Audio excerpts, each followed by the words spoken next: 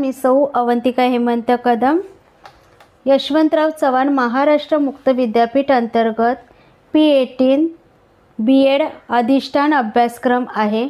त्यामधील पुस्तक क्रमांक EDU 403 अभ्यासक्रम आणि भाषा याचा आपण अभ्यास करूया. उपघटक 3 वर्गातील बहुभाषिकतेविषयी आकलन व संवेदनशीलता. भारत हा विविधतेने नटलेला देश आहे. महाराष्ट्रात मराठी ही प्रमुख भाषा असली तरी इतरही अनेक भाषा अस्तित्वात आहेत. वर्गात केवळ हिंदू मुले नसतात, तर मराठी, हिंदी, गुजराती, स्थानिक भाषिक अशा विविध भाषेचे विद्यार्थी असतात. या सगळ्यांशी शिक्षकाला विचारांची देवाणघेवाण करावी लागते. त्या अनुषंगाने बहुभाषिकतेविषयी आकलन शिक्षकाला असणे आवश्यक ठरते. पहिला मुद्दा आहे बहुभाषिकतेचा अर्थ. वर्गात असणाऱ्या विद्यार्थ्यांच्या भाषेचे ज्ञान शिक्षकाने प्रत्यक्ष अध्यापनापूर्वी करून घेणे आवश्यक असते. वर्गामध्ये अध्ययन करण्याच्या हेतूने विद्यार्थी येतात, त्यावर त्यांच्या व्यक्तिगत किंवा कौटुंबिक बोलीभाषेचा परिणाम होत असतो. यासाठी शिक्षकाने आपल्या वर्गात कोणकोणत्या धर्माचे, जातीचे विद्यार्थी आहेत, त्यांची भाषा कोणती आहे, त्यांचे प्रमाण किती आहे, या सर्व गोष्टी जाणून त्यांचा उपयोग आपल्या अध्यापनात करायला हवा. बहुभाषिकता म्हणजे एकापेक्षा जास्त भाषांचा विचार होय. दुसरा मुद्दा आहे बहुभाषिकतेविषयी संवेदनशीलता. समाजाच्या मूलभूत व तसेच अनेक सर्वसामान्य गरजा आपण जाणतो. आपल्या दैनंदिन व्यवहारात विविध लोकांशी आपले संवाद व विचारांची देवाणघेवाण होते. दैनंदिन जीवनात प्रत्येक व्यक्ती आपल्या बोलीभाषेतून आपले रोजचे व्यवहार पार पाडते. परंतु प्रमाणित व ग्रांथिक भाषेचा वापर जीवनात व्यापक प्रमाणात व सर्व क्षेत्रांमध्ये होताना दिसतो.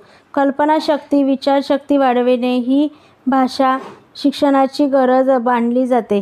या विचारशक्तीच्या जोरावरच समाजातील सर्वच स्तरातून कवी, लेखक, कलावंत पुढे येताना दिसतात.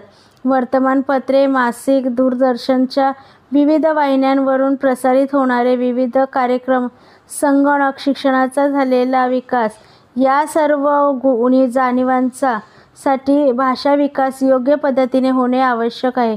भाषेद्वारे चालणारे सर्व व्यवहारात विचारपूर्वक सहभाग घेता यावा व आनंदाने साधन म्हणून भाषेचा उपयोग करता यावा अशा नव्या गरजा भाषा शिक्षणातून पूर्ण होणे आवश्यक आहे. विद्यार्थ्यांची भाषिक कौशल्य तसेच बौद्धिक व भावनिक कौशल्यांचा विकास या बाबी भाषा अभ्यासक्रमातून पूर्ण होणे गरजेचे असते.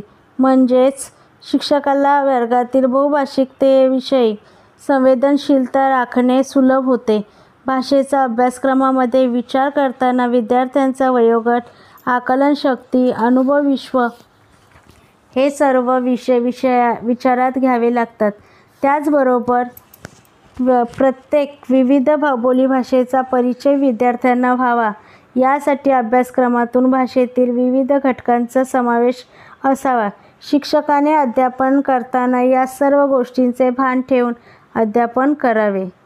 तिसरा मुद्दा आहे भाषा अभ्यासक्रम निर्मितीवर प्रभाव पाडणारे घटक. कोणत्याही विषयाच्या अभ्यासक्रमावर अनेक घटक परिणाम करत असतात. अभ्यासक्रम निर्मिती करीत असताना प्रत्यक्ष व अप्रत्यक्ष घटकांचा प्रभाव अभ्यासक्रमावर दिसतो. या मुद्द्यात अभ्यासक्रमावर प्रभाव पाडणाऱ्या महत्त्वपूर्ण व प्रभावशील घटकांचा विचार येथे केलेला आहे. भाषा शिक्षणाची उद्दिष्टे. भाषा शिक्षणाचा अभ्यास करताना अभ्यासक्रम तयार करताना प्रथम भाषा शिक्षणाची सर्वसामान्य उद्दिष्टे, त्याचबरोबर द्वितीय भाषा शिक्षणाची सर्वसामान्य उद्दिष्टे यांचा विचार करून विशिष्ट स्तरावरील भाषा शिक्षणाच्या विशिष्ट उद्दिष्टांचा विचार करून भाषेचा अभ्यासक्रम तयार केला जातो. त्यामुळे या सर्व प्रकारच्या उद्दिष्टांचा प्रभाव भाषा अभ्यासक्रमाच्या निर्मितीवर होतो. श्रवण, भाषण, वाचन, लेखन या कौशल्यांचा विकास करणे हे भाषा शिक्षणाचे प्रमुख उद्दिष्ट समोर ठेवून प्राथमिक स्तरावरील भाषांचा अभ्यासक्रम तयार केलेला दिसून येतो. उच्च प्राथमिक स्तरावर भाषिक कौशल्यांबरोबर विविध साहित्यकारांची व विविध साहित्य प्रकारांची ओळख व्हावी यांचे भान अभ्यासक्रमाच्या निर्मिती करताना ठेवल्याचे दिसते. भाषा शिक्षणाच्या उद्दिष्टांबरोबरच शिक्षणाची इतर उद्दिष्टे व विद्यार्थ्यांच्या व्यक्तिमत्त्वाचा सर्वांगीण विकास करून त्याला चांगला मनुष्य घडविणे हा उद्दिष्ट अत्यंत महत्त्वाचा प्रभाव अभ्यासक्रमाच्या निर्मितीवर झालेला दिसून येतो. तात्विक संप्रदाय व विचारांचा प्रभाव. भाषा शिक्षणाच्या अभ्यासक्रमाची निर्मिती करीत असताना भाषा शिक्षणाची सर्वसामान्य उद्दिष्टे व विशिष्ट उद्दिष्टे करावी लागतात. ही उद्दिष्टे निश्चित करण्यासाठी एका विशिष्ट तात्विक दृष्टिकोन स्वीकारणे गरजेचे असते. अभ्यासक्रम निर्मितीचा ऐतिहासिक आढावा घेतला तर असे दिसते की अभ्यासक्रम निर्मितीवर निरनिराळ्या तात्विक संप्रदायाचा प्रभाव पडलेला आहे. उदाहरणार्थ आदर्शवाद, कार्यवाद, वास्तववाद, अस्तित्ववाद, निसर्गवाद आणि निरनिराळे आधुनिक शैक्षणिक तात्विक संप्रदाय. उदाहरणार्थ निसर्गवादी हे मानसशास्त्रीय दृष्टिकोनातून अभ्यासक्रमाचा विचार अधिक करतात. 2006चा निम्न प्राथमिक 1 ते 5, उच्च प्राथमिक 6 ते 8 व माध्यमिक 9 आणि 10व्या स्तराचा अभ्यासक्रम तयार करताना मानसशास्त्रीय तत्त्वांचा विचार करून अध्ययन अध्यापन प्रक्रिया बालककेंद्री करण्यासाठी अभ्यासक्रमाची निर्मिती करण्यात आली आहे. आपण सर्वजण जाणता त्याचबरोबर राष्ट्रीय शैक्षणिक धोरणाचा विचार करून अभ्यासक्रमामध्ये 10 गाभाभूत घटक व मूल्यक शिक्षणाचा अंतर्भाव करून विद्यार्थ्यांचा व्यक्तिमत्त्वाचा विकास तो विचार झालेला आढळतो. यावरून एक गोष्ट स्पष्ट होते की अभ्यासक्रम निर्मितीवर विशिष्ट तात्विक विचारांबरोबरच राजकीय व राष्ट्रीय धोरणाचा व विचारांचा प्रभाव पडतो. मानसशास्त्रीय विचारांचा प्रभाव. भाषेच्या अभ्यासक्रमाची निर्मिती करताना तो कोणत्या स्तरासाठी आहे, त्या स्तरातील विद्यार्थ्यांचा वयोगट कोणता आहे, त्या वयोगटाच्या आवडीनिवडी काय आहेत, त्या विद्यार्थ्यांचा बौद्धिक, भावनिक विकास कोणत्या टप्प्यावर आहे, तसेच त्या विद्यार्थ्यांच्या विचारशक्तीचा, कल्पनाशक्तीचा आणि सर्जनशीलतेचा शक्तीचा विकास या सर्व बाबींचा मानसशास्त्रीय विचार करून भाषेचा अभ्यासक्रम निश्चित करावा लागतो. भाषेचा अभ्यासक्रम तयार करणाऱ्या सदस्यांना मानसशास्त्रीय सखोल ज्ञान असणे गरजेचे असते, कारण भाषा व विद्यार्थ्यांचा भावनिक विकास यांचे नाते अतूट स्वरूपाचे असते. बाह्य घटकांचा प्रभाव. सामाजिक दबाव. अभ्यासक्रम निर्मितीवर सामाजिक परंपरा, देशाचा इतिहास, कायदा, निरनिराळे सामाजिक दबाव इत्यादी घटकांचा प्रभाव दिसतो. काही राजकीय व सामाजिक गट हे आपल्या विचारांनुसार आपला अभ्यासक्रम आखला जावा यासाठी प्रयत्नशील असतात. उदाहरणार्थ महाराष्ट्रामध्ये इंग्रजी भाषेचे स्थान स्वातंत्र्यप्राप्तीनंतर सामाजिक व राजकीय दबावामुळे अत्यंत बदलत गेले आहे, परंतु 5वी पासून व नंतर इसवी 2000 पासून पहिलीपासून इंग्रजी अध्यापन सुरुवात झाली आहे. शिक्षण ही एक सामाजिक प्रक्रिया असल्यामुळे ही प्रक्रिया समाजामध्ये घडत असते. अभ्यासक्रमाची निर्मिती करीत असताना निरनिराळे सामाजिक दबाव येण्याची शक्यता असते. उदाहरणार्थ ऊर्जेची बचत, जातीतील तणाव, व्यसनाधीनता, गुन्हेगारी, हुंडाबळी, ढासळत जाणारी जीवनमूल्य या सर्व बाबींची दखल अभ्यासक्रमाची निर्मिती करीत असताना घ्यावी लागते. त्याचबरोबर आजच्या युगामध्ये पुस्तकी ज्ञानाऐवजी व्यावहारिक शिक्षणाचा भर देण्याचा प्रभाव किंवा दबाव अभ्यासक्रम निर्मिती करणाऱ्या सदस्यांवर आलेला दिसतो. साहित्य प्रकार व बोलीभाषा. भाषेचा अभ्यासक्रम तयार करताना त्या भाषेतील साहित्य प्रकार विद्यार्थ्यांना परिचित व्हावेत ह्याचा विचार करावा लागतो. साहित्य प्रकारांचा अंतर्भाव अभ्यासक्रमामध्ये करीत असताना विद्यार्थ्यांचा वयोगट, आकलनशक्ती व अनुभव विश्व हे घटक विचारात घ्यावे लागतात.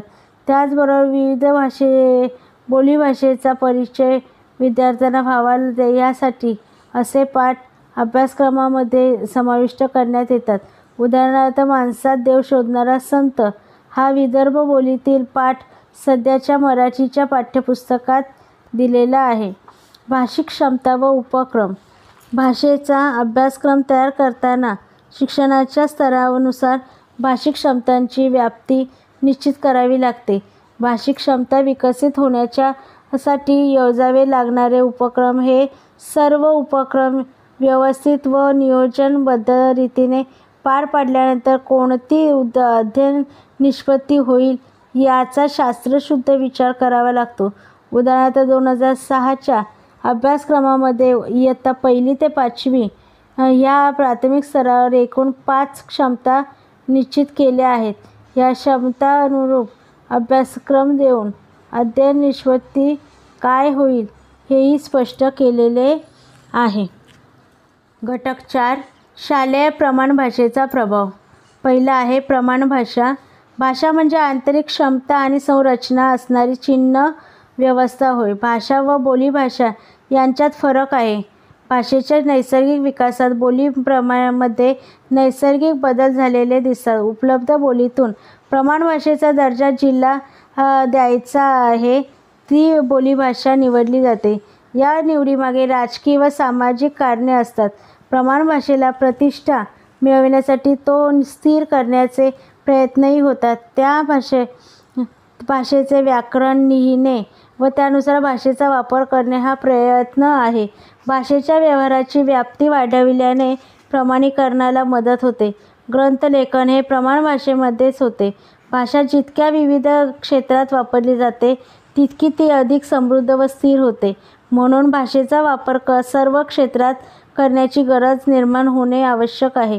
भाषेचा विविध क्षेत्रात विविध कामासाठी वापर केल्याने भाषा वापराच्या विविध शैली तयार होतात. उदाहरणार्थ, निबंध लिहिणे, बातम्या देणे, पत्रलेखन करणे, अहवाल लिहिणे, भेटकार्ड लिहिणे, चरित्र लिहिणे. भाषेचा विस्तार वापर हे प्रमाणभाषेच्या वैशिष्ट्य आहे. शासन व्यवस्थेच्या अधिकृत मान्यता ही प्रमाणभाषेला उपकारक असते. यामुळे प्रमाणभाषा एकात्मतेचे प्रतीक बनते. थोडक्यात, परंपरेने प्रतिष्ठा मिळालेली, कधी सहेतुक वाढविलेली, शासनाची अधिकृत मान्यता असणारी, मानवी जीवनाच्या विविध क्षेत्रात वापर करून विस्तार पावणारी व्याकरण, कोश, साहित्य यातून स्थिरता आली प्राप्त होणारी बोलीभाषा म्हणजे प्रमाणभाषा होय. बोलीभाषा प्रमाणभाषेपेक्षा भिन्न असली तरी त्या समाजातील सर्व घटकांना कळते. काही ती सर्वांना जवळचीच असते. मात्र प्रमाणभाषा हे व्यक्ती बोलत नसल्यामुळे सर्वांना ती काहीशी दूरची वाटते. प्रमाणभाषा परस्परांचा विनिमय सहज सुलभ करून देत असल्याचे ती जवळीच वाटते. ती लिखित स्वरूपाची असल्याने प्रमाणभाषा बोलीतून प्रमाणभाषेच्या परिवर्तनातला ही कमी असते.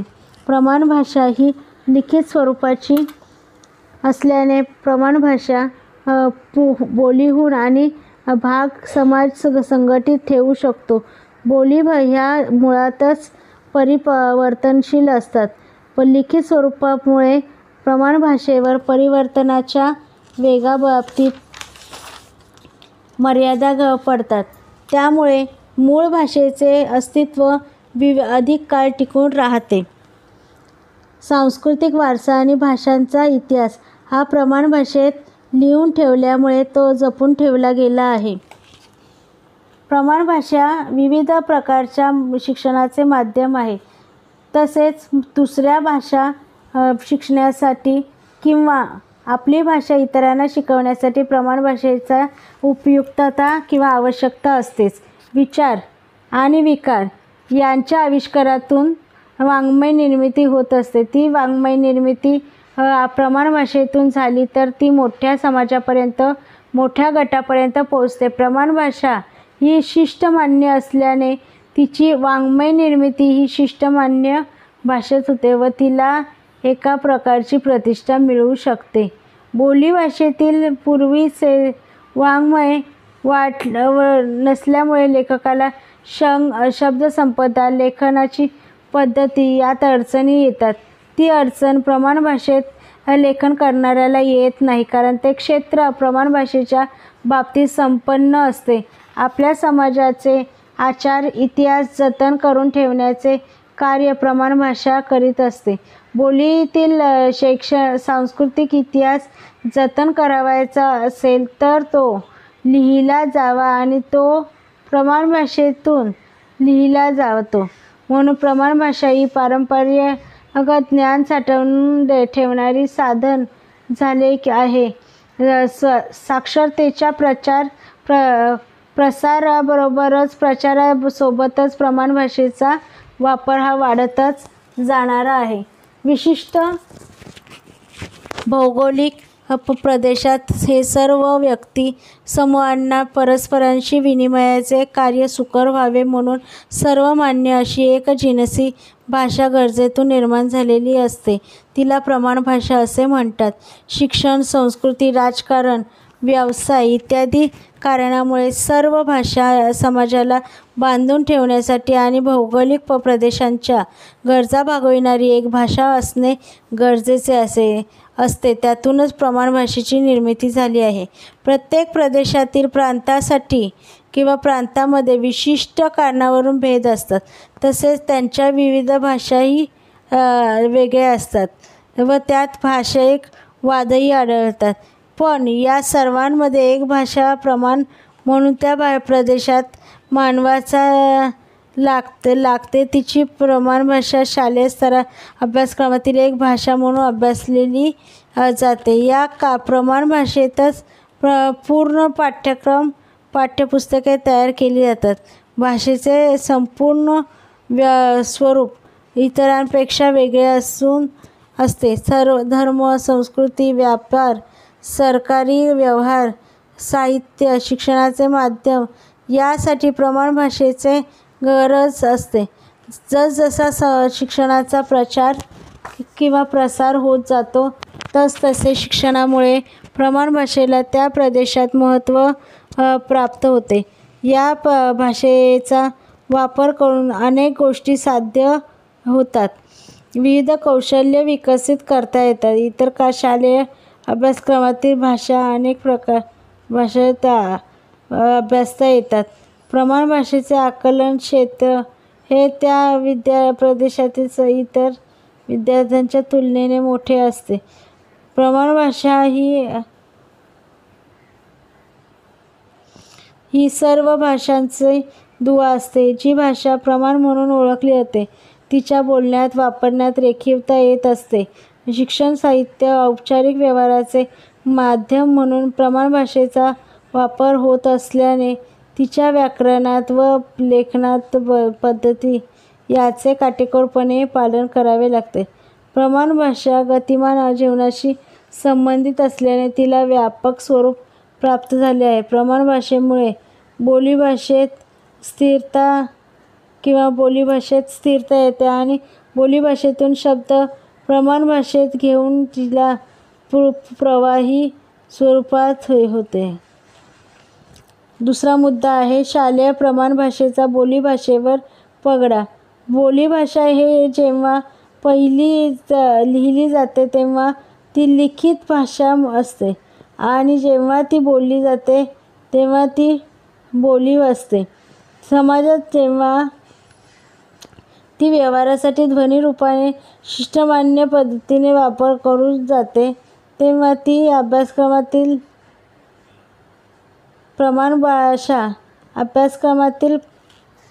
प्रमाण भाषा म्हणून ओळखली जाते. त्याचबरोबर समाजातील प्रत्येक माणसाची स्वतंत्र बोली असते. ती व्यक्तिगत बोली म्हणून ओळखली जाते. व्यक्तिगत बोलीतील परस्परांमुळेतील साम्यतेमुळे बोलीचे गट पडता येत नाहीत. जेव्हा बोलीगत बोली जास्तीत जास्त साम्य देऊ शकते आणि दुसऱ्या समजण्यास सहजता पडते. त्यामुळे ती स्वतःला आपलीच वाटते. अशा व्यक्तिगत बोलींचा एक गट असतो. ती बोली ज्या कुटुंबात बोलली जाते तो कुटुंब गट ती ज्या जातीत बोलली जाते त्या विशिष्ट जातीची बोलीभाषा म्हणून गणली जाते. अशा व्यक्तिगत बोलीकडून विशिष्ट धंद्यात सर्वात जास्त साध्य बोलली जाते म्हणून ती त्या धंद्याची बोली समजली जाते.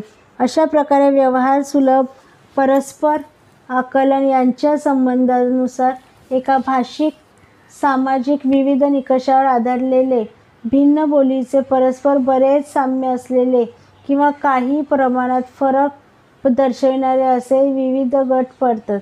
अशा गटांचे भाषिक शाळेचे तयार होते. प्रत्येक व्यक्तीच्या भाषा ही स्वतंत्र बोली असते. यामुळे समाजात जात, लिंग, वय, धंदा, भूप्रदेश, पॅरिसन, निसर्ग या सर्व विविध घटकांचा परिणाम परस्पर भिन्न आणि परस्पर समान बोली आढळून येते. महाराष्ट्राच्या कानाकोपऱ्यात आज बोलल्या जाणाऱ्या कित्येक बोली अशा आहेत की त्या ऐकल्यावर आपल्याला सहजासहजी कळत नाही. अशा बोली बोलणाऱ्या मुलांना प्रमाण भाषेच्या प्रवाहाकडे वळवून व्यापक साधन त्यांच्या हातात देणे ही आजची खरी स्थिती झालेली आहे. प्रमाण मानली गेलेली भाषा म्हणजे उच्चवर्णीयांची सामान्य व्यवहारातील भाषा नसून ती लेखनात वापरलेली व्यासपीठावर बोलली जाणारी भाषा असते असा समज आहे. ती एक कृत्रिम, मुद्दाम शिकावी लागणारी भाषा असते असे म्हणता येईल. याउलट जी कृती म्हणजे रोजच्या व्यवहारात स्वाभाविकपणे वापरली जाणारी भाषा असते. ही भाषा काही वर्गांच्या बाबतीत प्रमाण भाषेच्या फार जवळची असते. ती तर काही वर्गांच्या बाबतीत फार दूरची असू शकते. तिसरा मुद्दा आहे शालेय प्रमाण भाषेचा मातृभाषेवर पगडा. बालकांच्या आत्मप्रकटीकरणाला सर्वप्रथम तो ज्या कुटुंबात राहतो त्या भाषेतून म्हणजेच मातृभाषेतून सुरुवात होते. बालकाच्या मुखातून सर्वात प्रथम येणारा शब्द हा त्याच्या मातृभाषेचा असतो. मानवी जीवनात जननी, जन्मभूमी आणि जननी भाषा यांना खूपच महत्त्व असते. या तिन्हीचे संस्कार प्रत्येक व्यक्तीवर सातत्याने होत असतात. या तीनही गोष्टी व्यक्तीच्या जीवनात खूप महत्त्वाच्या असतात. स्वतःची भाषा सातत्याने जिवंत ठेवण्याचा प्रयत्न व्यक्ती करीत असतो. मानवाचे कर्तृत्व, अभिमान, महानता ही त्याच्या मातृभाषेशी निगडीत असते. बालकाच्या व्यक्तिमत्व विकासाची सुरुवात त्याच्या मातृभाषेतून होते. मातृभाषा ही सहजपणे शिकली जाते हे एका मर्यादेपर्यंत सत्य आहे, पण पुढे जाऊन ती सहेतुक शिकवावी लागते. बालकाची वैचारिक व भावनिक बैठक त्यामुळे लक्षात येते. मातृभाषा ही प्रामुख्याने अनुकरणातून येते. बालक प्रथम शब्द ऐकते त्याप्रमाणे उच्चार करण्याचा प्रयत्न करते. त्याचे सुरुवातीचे बोल बोबडे असतात, पण हळूहळू त्यात सुधारणा होते. बालक टप्प्याटप्प्याने मातृभाषा शिकते. बालक प्रथम नुसते शब्द जोडून आपले मनोगत व्यक्त करते. पुढे अनुभवाचे व्यवस्थापन होताच ते पूर्ण वाक्य बोलू लागते. बालक जेव्हा क्रियापदांचा वापर करते तेव्हा ती अनुभव व्यवस्थापनाची सुरुवात असते. बालकाच्या भाषेतून व्यक्तिमत्वाचा परिचय होतो. बालकाच्या विकासाचा पाया त्याच्या मातृभाषेतूनच घातला जातो. त्याच्या ज्ञानाची व अनुभवाची व्याप्ती व परिपक्वता मातृभाषेतून होते आणि म्हणून बालकाच्या जीवनात त्याच्या मातृभाषेला खूप महत्त्व आहे. प्राथमिक शिक्षणापासून उच्च माध्यमिक शिक्षणापर्यंत मातृभाषा म्हणून मराठी हा विषय अनिवार्य विषय म्हणून शिकविला जातो. अनेक विषयांमध्ये हा एक विषय म्हणून शिकवला जातो. एवढे लक्षात घेतल्यास मातृभाषा म्हणून मराठी विषयाचे महत्त्व लक्षात येते. महाराष्ट्रातील बहुतेक प्राथमिक व माध्यमिक शाळांमध्ये शिक्षणाचे माध्यम म्हणून मराठी भाषेचा वापर केला जातो. अभ्यासक्रमातील अन्य विषयांप्रमाणेच एक विषय म्हणून मराठी विषयाकडे पाहणे आणि माध्यमाची भाषा म्हणून या विषयाकडे पाहणे यात फार फरक आहे. तो फरक लक्षात घेऊन मातृभाषेचे अध्यापन प्राथमिक शाळा, माध्यमिक शाळा व उच्च माध्यमिक शाळा यामधून होणे जरुरीचे आहे. इतर विषयांचा अभ्यास करण्यासाठी त्यांच्या विद्यार्थ्यांचे भाषेवर प्रभुत्व असणे अगत्याचे आहे. कोणत्याही विषयाचे शिक्षण हे बालकाच्या मातृभाषेतूनच व्हावे व यावर जगातील बहुतेक शिक्षण तज्ज्ञांचे एकमत झालेले दिसून येते. मातृभाषा ही बालकाला मातेकडून मिळालेली देणगी आहे. आपले विचार अधिक स्पष्टपणे, मोकळेपणाने मातृभाषेतून बालकाला मांडता येतात.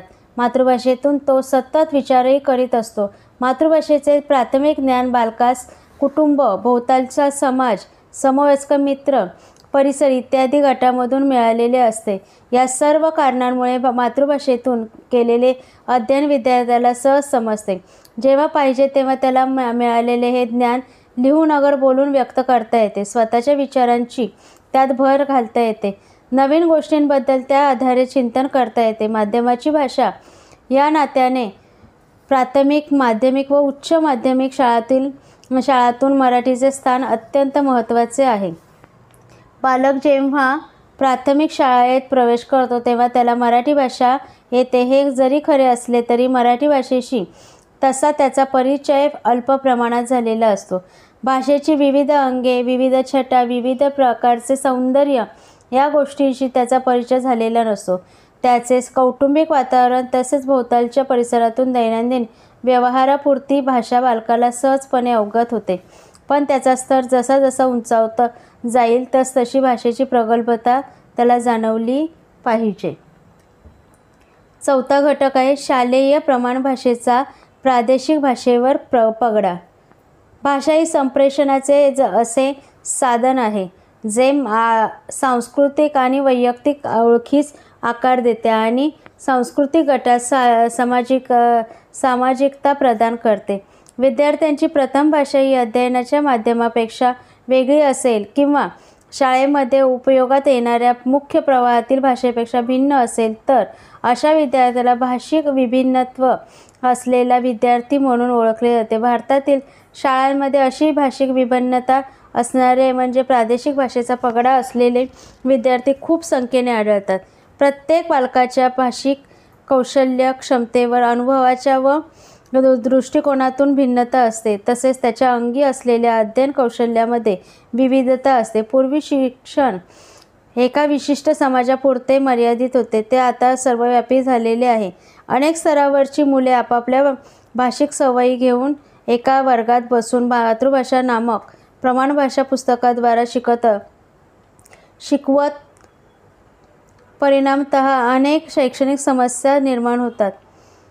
वर्गातला प्रत्येक क्षण समान वय सोडले तर दुसऱ्यापेक्षा वेगळाच अशी आज शाळांमधील परिस्थिती आहे. ग्रामीण भागातल्या शाळा, झोपडपट्टीतील शाळा इत्यादी अनेक समस्या प्रादेशिक भाषेतील विविधतेमुळे निर्माण झाल्या आहेत. भाषा संपर्काच्या प्रक्रियेत दोन परस्पर विरोधी प्रेरणा कार्यरत होत असतात. त्या म्हणजे संपर्काच्या गरजेतून, भाषिक तडजोडी आणि भाषिक देवाणघेवाणीतून अनुकूलता, तर दुसरी आपल्या समाजाचे वेगळेपण, अस्मिता टिकवण्याची, त्यासाठी परभाषिक प्रभावांना विरोध करण्याची सवय. पहिल्या प्रेरणेमुळे आदान प्रक्रिया शक्य होते. विविध स्तरावरील बहुभाषिकत्व व भाषा मिश्रण निर्माण होऊ शकते. भाषा शुद्धीच्या चळवळी या दुसऱ्या प्रेरणेतून निर्माण होतात. एकाच भागातील बोलीसुद्धा त्या भागातील सर्व लोकांकडून सारखी बोलली जात नाही, म्हणजेच तिच्यात वर्गीय किंवा जातीय भेद असतात. बोलीची काही विशिष्ट रूपे त्या भागातच बोलली जातात, तर काही रूपे विशिष्ट वर्गाकडून किंवा जातीकडून बोलली जातात. प्रादेशिक विविधतेप्रमाणे प्रादेशिक भाषा विविधता ही इतर अनेक निकषांवर अवलंबून असते. उदाहरणार्थ, कालानुसार भाषेत विविधता निर्माण होते. वेगवेगळ्या शतकात आपल्याला एकाच भाषेचे विविध आविष्कार पाहायला मिळतात. भाषा दर 12 कोसांवर बदलते, अशी दर पिढीला बदलते हेही खरे आहे. शैक्षणिक आणि सामाजिक दर्जाप्रमाणे व्यक्ती वापरत असलेली भाषेत फरक पडतो. व्यक्ती लिहिते की बोलते, कोणत्या विषयावर लिहिते, बोलत आहे किंवा वक्ता, श्रोता व वाचक यांमध्ये सामाजिक संबंध काय, अशा अनेक निकषानुसार आपण वापरत असलेल्या भाषेत फरक पडतो. याचाच अर्थ एकच आशय वेगवेगळ्या व्यक्तींकडून प्रसंगानुरूप वेगवेगळ्या रीतीने व्यक्त केला जातो. 5वा मुद्दा आहे शालेय प्रमाण भाषेचा शाळेतील अध्ययन भाषेवरील पगडा. मानवाला विचार करण्याची क्षमता भाषेमुळेच प्राप्त झाली आहे. शब्दांचा आधार घेऊन मानव विचार करीत असतो. शब्द हे प्रतिकात्मक आणि सांकेतिक असतात. शब्दांच्या मदतीने मानवाला अमूर्त पातळीवर विचार करणे शक्य झाले. मागच्या पिढीकडून ज्ञानाचे संक्रमण भाषेद्वारे होत आले आहे. आधीच्या पिढीकडून अनुभवाची शिदोरी मानवाने अध्ययनशीलतेमुळे सांभाळून ठेवली. या अनुभवाचे आकलन, संकलन, साठवण केवळ भाषेमुळेच शक्य झाले. म्हणून अध्ययन प्रक्रियेला भाषेला महत्त्वाचे स्थान आहे. भाषेशिवाय अध्ययन संभवत नाही. ज्यांना भाषा येत नाही त्यांना विचारही करता येत नाही. ज्यांची शब्दसंपत्ती तोकडी असते त्यांच्या विचारांनाही मर्यादा पडतात. मूक आणि बधिरांना शब्दांच्या प्रभावी संप्रेषणात मर्यादा येतात. अध्ययन हे मूर्त आणि अमूर्त पातळीवर घडते. मूर्त पातळीवरील अध्ययनासाठी भाषा प्रभुत्व आवश्यक असते. विद्यार्थ्यांच्या शब्दसंपदा भाषा उत्तम असली की आकलन आणि भाषा प्रगटीकरण प्रभावी होते. बौद्धिक विकास हा भाषिक विकासाशी निगडीत असतो. ज्या विद्यार्थ्यांना ऐकणे, बोलणे, पाहणे या क्रियासंबंधी समस्या असतात त्यांच्यासाठी अध्ययन घडणे ही प्रक्रिया कठीण बनते. भाषेच्या आधारे विविध विषयांचे ज्ञान विद्यार्थी संपादन करतात. तसेच भाषेने निर्माण केलेल्या साहित्यातून विद्यार्थ्यांच्या भावनांना विकास उदात्तीकरण होते. मानवी जीवनाची अनुभव गाथा भाषेच्या माध्यमातून तो समजून घेतो. समृद्ध भावजीवन जगणारा व्यक्ती जीवनाचा आस्वाद खऱ्या अर्थाने घेऊ शकते. रसिकता, अभिरुची, सद्भावना, सौंदर्य, चारित्र्य हे घटक भावनांवर आधारलेले आहेत. भाषेच्या माध्यमातून विविध प्रकारच्या भावनांचा अनुभव घेता येतो. आपल्या भावना व्यक्त करता येतात. भावनिक अनुभवांमुळे संस्कार होतात, मूल्यांची जोपासना होते. अशा प्रकारे सर्व प्रकारचे अध्ययनावर भाषा परिणाम करते. भाषेत विद्यार्थी मातृभाषेव्यतिरिक्त अन्य भाषेचे अध्ययन करतात. उदाहरणतः भारतात त्रिभाषा सूत्रानुसार विद्यार्थी 3 भाषांचे अध्ययन करतो. या भाषा व अन्य विषयांचे अध्ययन करण्यासाठी मातृभाषेचा आधार घेतला जातो. एकच शब्द इतर विषयांमध्ये वेगवेगळ्या अर्थाने प्रयुक्त होतो. म्हणून विद्यार्थ्यांचे अध्ययन होण्यासाठी विद्यार्थ्यांची भाषा क्षमता तसेच अन्य भाषा शिकण्याची व उपयोगात आणण्याची क्षमता महत्त्वाचे असते. वर्गातील आंतरक्रियात्मक वातावरण अध्ययनाचा स्रोत आहे. आंतरक्रियेसाठी शिक्षक व विद्यार्थी दोन्ही घटकांजवळ भाषिक क्षमता असणे आवश्यक असते. शिक्षक आणि विद्यार्थी दोघांच्या भाषेत खूप फरक असेल किंवा परस्परांच्या भाषेविषयी अनास्था असेल तर अध्ययन प्रक्रिया बाधित होते. त्यासाठी शिक्षक आणि विद्यार्थी यांच्या भाषा परस्पर पूरक असाव्यात. भाषा ही अध्ययनात गाभाभूत भाग आहे, ज्याद्वारे व्यक्ती स्वतः व इतरांसाठी अर्थग्रहण करते, सामाजिक संबंध व सामाजिक मूल्यांमध्ये पुढाकार घेते, पर्यावरणाची संवेदना, वस्तू, अनुभव, शोध, आंतरक्रिया यांना संभवनीय बनते ती भाषा. थोडक्यात अर्थपूर्णतेच्या प्रक्रियेत केंद्रस्थानी भाषा आहे, जी अध्ययनाचा मूळ आधार आहे. त्यामुळे तो आधार विद्यार्थी, शिक्षक, अध्ययनाचा आशय या प्रत्येक घटकात असणे आवश्यक असते.